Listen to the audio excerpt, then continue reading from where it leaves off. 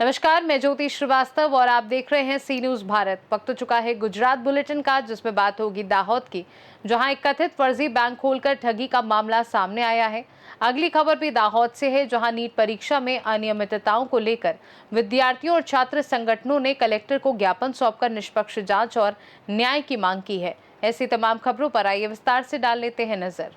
दाहोद जिले में एक कथित फर्जी बैंक खोलकर ठगी का मामला सामने आया है। आरोप है कि विदेशी नागरिकों ने किराए की बिल्डिंग में मात्र 2 दिन में उत्कर्ष स्मॉल फाइनेंस के नाम से बैंक जैसा सेटअप तैयार किया, स्टाफ भर्ती के लिए इंटरव्यू आयोजित किए और स्थानीय कारोबारियों से संपर्क साधा। इसी दौरान एक ज्वेलर से 200 ग्राम सोना मंगाने और एक व्यवसायिक को बैंक बुलाने के बाद आरोपी कथित तौर पर पिछले दरवाजे से फरार हो गए। मामले में दाहोद डिवीजन पुलिस ने 2 लोगों के खिलाफ केस दर्ज कर जाँच शुरू कर दी है। जी सर। दाहोद शहर ए डिविजन પોસ્ટ વિસ્તારમાં ગઈકાલે એક ઘટના ઘટી હતી ફ્રોડ લગતની।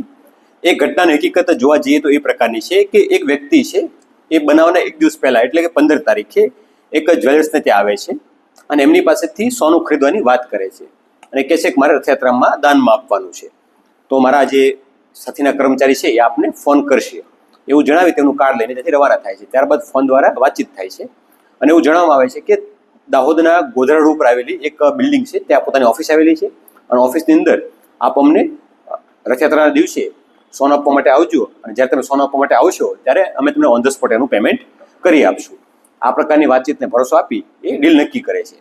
ત્યારબાદ જે ભોગબળા વ્યક્તિ છે એ જે સોનું હતું 200 ગ્રામ જેટલું એ લઈ અને રથયાત્રાના દિવસે એટલે ગઈકાલે 16 તારીખે બપોરના સમયે ગોધરા રોડ પર આવેલી એક બિલ્ડિંગમાં આવે છે અને ત્યાં જે આરોપીઓ છે એમણે એક ઓફિસ જેવું નિર્માણ કર્યું હતું ઉત્કર્ષ સ્મોલ ફાઇનાન્સ બેંકના નામથી, એનું ફ્લેક્સ બેનર લગાડીને, અને એની અંદર આ 2-3 દિવસના ગાળામાં તે એ જગ્યા હતી એમણે રેન્ટ ઉપર લેવા માટેનું ગોઠવણ કરી અને ત્યાં ફર્નિચરની ગોઠવણી, ટેબલ ખુરશીઓ, કોમ્પ્યુટર અને ઓફિસનું સ્ટ્રક્ચર બનાવ્યું હતું કે જેથી પ્રથમ દ્રષ્ટિએ કોઈ માણસ આવે તો એવું લાગે કે અહીંયા કંઈ ઓફિસ ચાલે છે। ઓફિસમાં ગયા બાદ વ્યક્તિએ જે સોનું હતું એ કીધું કે તમે મને સોનું આપી દો, હું મારા અંદરના રૂમની અંદર જઈ લોકરમાં મૂકી અને જે પૈસા કે તમારું પેમેન્ટ છે લઈને આપી દો આપને। એટલે એ ઓફિસ અંદરથી જ તે એક અંદર બીજું બારણું હતું તેથી અંદર જાય છે અને ત્યારબાદ થોડી વાર પછી જે લોકર રૂમ કહેતો હતો કથિત લોકર રૂમ, એ કથિત લોકર રૂમનો એક અન્ય પણ દરવાજો હતો પાછળની બાજુ, તો એ દરવાજેથી માણસ નીકળી અને પોતે ફરાર થઈ જાય છે। આમ વ્યક્તિ છે એમને સોનું લઈ લે છે એમની પાસેથી, પરંતુ એમને પૈસા આપ્યા વગર ત્યાંથી રવાના થઈ જાય છે। જે અંગે પોલીસ જાણ થતાં પોલીસ દ્વારા ગુનો દાખલ કરવામાં આવ્યો છે અને આગળ તપાસ હાલમાં ચાલુમાં છે। આખો સેટઅપ ગોઠવવામાં આવ્યો, જેમાં સામાનની ખરીદી કરવામાં આવી, એક ઇન્ટરવ્યુ પણ ગોઠવવામાં, કઈ પ્રકારની એમાં વિગતવાર વાત કરીએ તો એ પ્રકારનું છે કે જે જગ્યા હતી ત્યાં વ્યક્તિ સાથે વાત કરેલી રથયાત્રાના એક દિવસ પહેલા કે અમે આ તમારી જગ્યા ભાડે લેવા માંગીએ છીએ ને શુભ દિવસના દિવસે અમે આ વસ્તુ ડીલ આપણે એગ્રીમેન્ટ કરી નાખો, પણ ત્યાં સુધી મને ફર્નિચર ગોઠવવા માટે, સેટઅપ કરવા માટે ચાવી આપો। એટલે એ દરમિયાન અમે ફર્નિચરવાળાનો અને લોકલ જે કોમ્પ્યુટર વગેરેવાળા લોકો હોય એમનો કોન્ટેક્ટ કરી તાત્કાલિક ધોરણે ત્યાં ફર્નિચર ગોઠવ્યું હતું અને એ તમામ લોકોને પણ ચેક આપ્યા હતા। એવું પ્રથમ દ્રષ્ટિએ જણાવ્યું છે કે જે ચેક છે એ આપવાથી આપણે પેમેન્ટ મળી જશે એવો ભરોસો આપ્યો હતો। સર, પોલીસની પ્રારંભિક તપાસમાં કેટલા આરોપી હોઈ શકે છે? પ્રથમ દ્રષ્ટિએ અમને 2 લોકો હોય એવું જણાવ્યું છે, પરંતુ એ સિવાય અન્ય લોકો પણ આમાં સામેલ હોઈ શકે છે કે રેકી કરવામાં, અન્ય જગ્યાએ પ્લાનિંગ કરવામાં, જગ્યાની પસંદગી કરવામાં, જ્વેલર્સ પસંદગી કરવામાં અને આ તમામ જે ઘટના હતી એને અંજામ આપવામાં અન્ય લોકો પણ આમાં જોડાયેલા હોઈ શકે છે। સર, આવા પ્રકારના ફ્રોડ બીજી વાર ના બને અથવા આવા પ્રકારના ઘટિયાઓથી બચવા માટે શું આપનો મુદ્દો વ્યાજબી છે।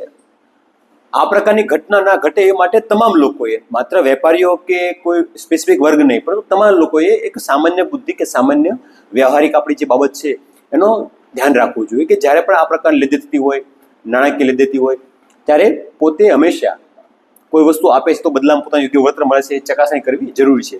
ભૂતકાળમાં અમુક જગ્યાએ એ પ્રકારના બનાવો પણ બનેલા છે કે આ રીતે સોનું, હીરા કે કિંમતી વસ્તુઓ હોય એ લઈ અને બદલામાં જે પૈસા આપે છે એ પૈસાની ઉપર માત્ર 1 કે 2 નોટ સાચી હોય, અંદર ખોટી કાગળની નોટો હોય અથવા ચિલ્ડ્રન બેંક નોટો હોય અથવા બેગની અંદર ઉપર થોડા સાચા પૈસા હોય, નીચે ખોટા પૈસા હોય, આવી પણ ઘટના ઘટતી હોય છે।